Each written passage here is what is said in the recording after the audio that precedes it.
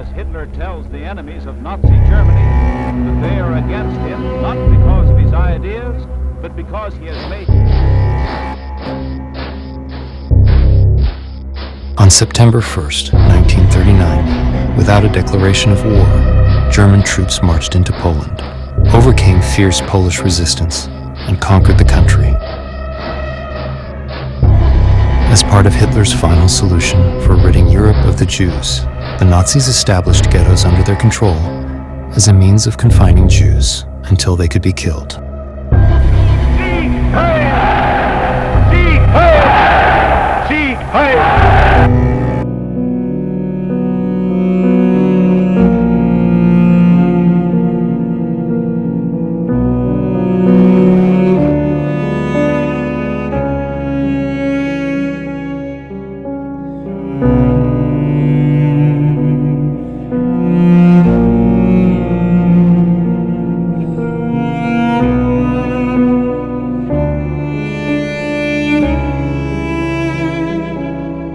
After Poland's capitulation, the Warsaw Ghetto was established.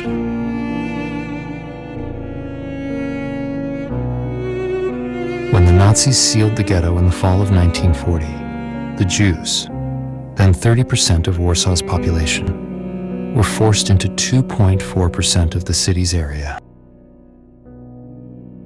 Enclosed at first with barbed wire, prisoners then built a 10-foot-high, 11-mile-long brick wall that encompassed 1.3 square miles. Nazis herded Jews from surrounding areas into the ghetto prison until, by the summer of 1942, nearly 500,000 Nazi prisoners lived within the 840-acre confinement. After plundering the city's cultural treasures, the Nazis quickly deported many of the ghetto's inhabitants to concentration camps. Conditions within the camps were deplorable, with an average of 9 people per room. Initial crowding became much worse as waves of Jewish refugees from surrounding German-occupied lands began arriving. Overcrowding exacerbated the spreading of disease, and with little or no medical relief, diseases quickly became epidemics.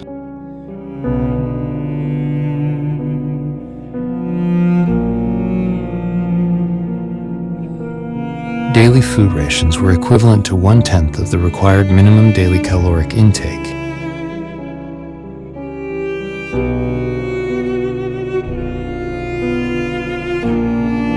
When winter arrived, sewer pipes burst, forcing citizens to dispose of excrement outside dwellings and onto the streets.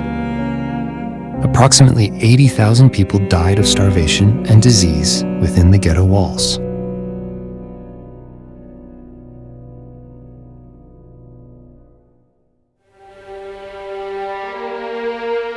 Amazingly, the inhumane conditions could not silence the cultural activity of the inhabitants. Despite appalling living conditions, artists and intellectuals continued their creative pursuits. Painters painted, and sculptors sculpted, finding expression for the destruction and horror they were living through. A symphony orchestra wrote and performed music. Writers wrote poetry and essays. There were underground libraries, an underground archive, and even a theater.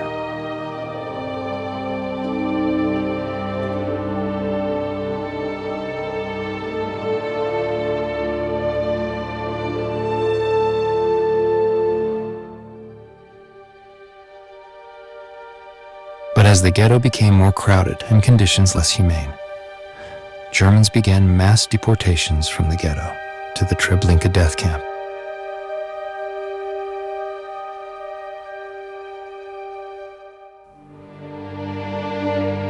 The SS conducted many of its deportations during an operation code named Grasseton-Vachel, or the Great Action, between July 23rd and September 21st, 1942. Just before the operation was to begin, German Resettlement Commissioner SS Sturmbannführer Hermann Hoffel called a meeting of the Ghetto Jewish Council and informed its leader Adam Cherenikov that he would require 7,000 Jews a day for resettlement to the east. Knowing that this meant they would be killed in masses, Cherenikov spent the night negotiating with the SS commander. As they met, Jewish resistance was posting flyers all over the ghetto stating that relocation means death. But most people still did not believe this. The next day, Cherenikov was found dead. Unable to negotiate with Haffel, he returned to his office and swallowed a poison tablet. Unwilling to participate in the genocide of his people. Leaving a note to his wife, he explained, "They demand me to kill the children of my nation with my own hands. I have nothing to do but die." Despite his death, over 260,000 people, or more than half the ghetto's population, were deported to Treblinka. The majority of these were killed.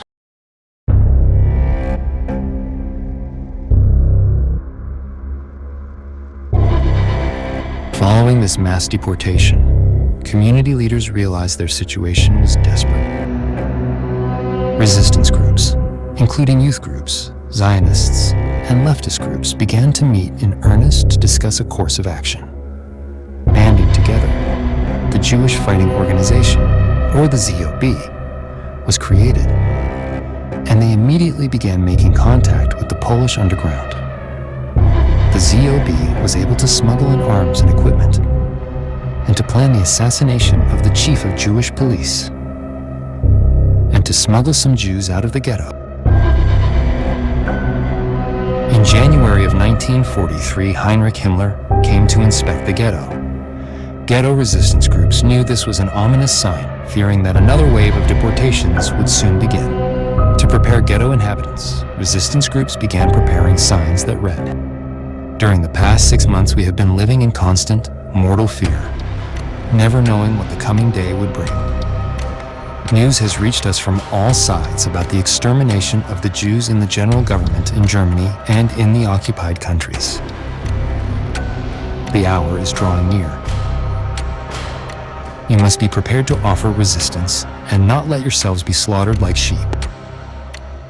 No Jew must enter a boxcar. People unable to resist actively should offer passive resistance. That means hide themselves." When German forces entered the ghetto on January 18th, the ZOB was quick to respond, creating chaos and insubordination at the point of deportation for the trains, jumping out of line and shooting at the guards. Others fled the scene hiding until the resistance was over. Though there were many casualties, the resistance was considered a success because it initially caused the Germans to flee. The resistance also impressed groups outside the ghetto who were now willing to supply more weapons and ammunition to fighters inside the Warsaw walls, though equipment was greatly limited. As rumors of further deportations flew through the ghetto, resistors carried out their work with even greater fervor, tightening their ranks, threatening informers, and conducting public executions of collaborators and oppressors. Although there were only 1,000 designated fighters out of the 50,000 ghetto residents, violent, fearless resistance to any further Nazi inhumane treatment was the pervasive attitude among all the inhabitants. Marek Edelman, a leader of the ZOB, remembered that though the actual fighters were few, the majority of us favored an uprising. All it was about was that we not just let them slaughter us when our turn came. It was only a choice as to the manner of dying.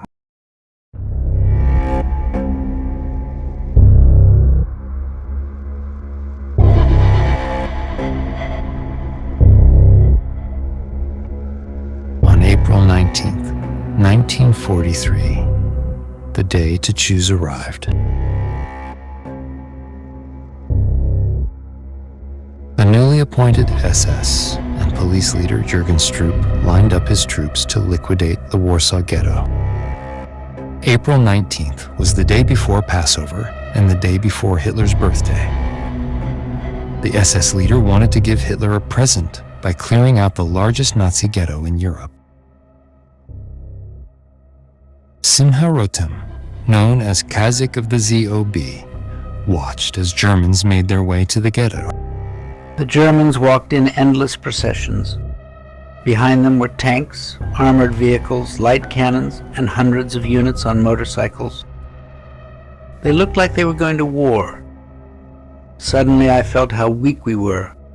What force did we have against an army, against tanks and armored vehicles? We had nothing but pistols and grenades. Armed with a pistol, 5 grenades, and 5 Molotov cocktails each, small battles broke out between resistance fighters and Nazis. The Germans were taken aback and retreated.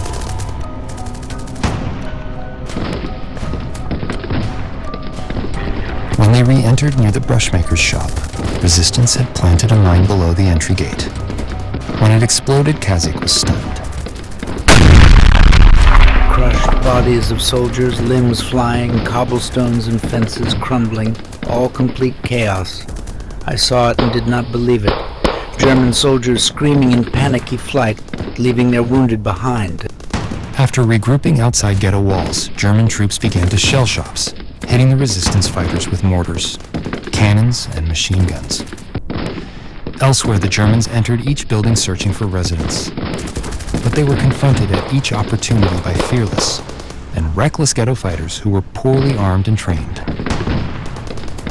Fleeing to their bunkers for the evening, resistance units attempted to reconnect with each other as the flames began to engulf buildings and light up the nighttime sky. Lucia Haberfeld, a young girl hiding in her parents' bunker, remembered. There was a terrible, terrible lot of shooting, screaming and shooting and more shooting. Somebody came and said, "You know that the Jewish young people have started an uprising. They are fighting the Germans. They fought for 5 or 6 weeks, you know. And I can't even tell you how heroic that was, because countries like France and Belgium, even Poland, they all fell. And here there were these few young Jewish kids.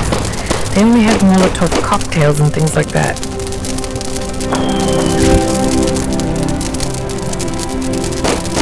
After 5 days of active battle, German soldiers decided to smoke out individuals from buildings and bunkers by setting fire to the entire ghetto. Over the following weeks, Jews were regularly spotted jumping from burning buildings, only to be pulled out of the smoldering rubble.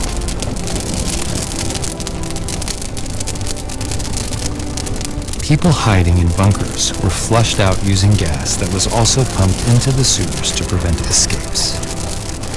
As people emerged from the bunkers choking, they were rounded up, stripped, searched for valuables, and either killed immediately or loaded onto deportation trains. On May 8th, 19 days after the start of the uprising, the headquarters of the ZOB was surrounded. Mordecai Wanilkwitz, the leader of the ZOB, and 100 others were hiding in the bunker below the headquarters building.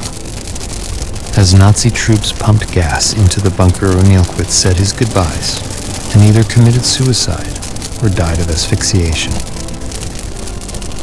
In a final letter to another member of the resistance, he wrote, "The main thing is the dream of my life has come true. I live to see a Jewish defense in the ghetto in all its greatness and glory." On May 16, 1943, the Warsaw Ghetto was in ruins. Troops celebrated the Nazi victory by ordering the destruction of the Great Synagogue. 42,000 people were rounded up and deported to Treblinka and other camps. Most of the resistance fighters were killed, and hundreds of civilians died in the fires. A few escaped into Warsaw through the sewers and walls, while others were smuggled into the nearby forest. In 2007, Marek Edelman said, "We were beaten by the flames, not the Germans." The Warsaw Ghetto Uprising is the most iconic instance of Jewish resistance during the Holocaust, and the largest single revolt by Jews during World War II. The Jews knew that victory was impossible and survival unlikely. Marek Edelman, the last surviving ZOB commander, who died in 2009, said that in the final analysis, their inspiration to fight was not to allow the Germans alone to pick the time and place of our death.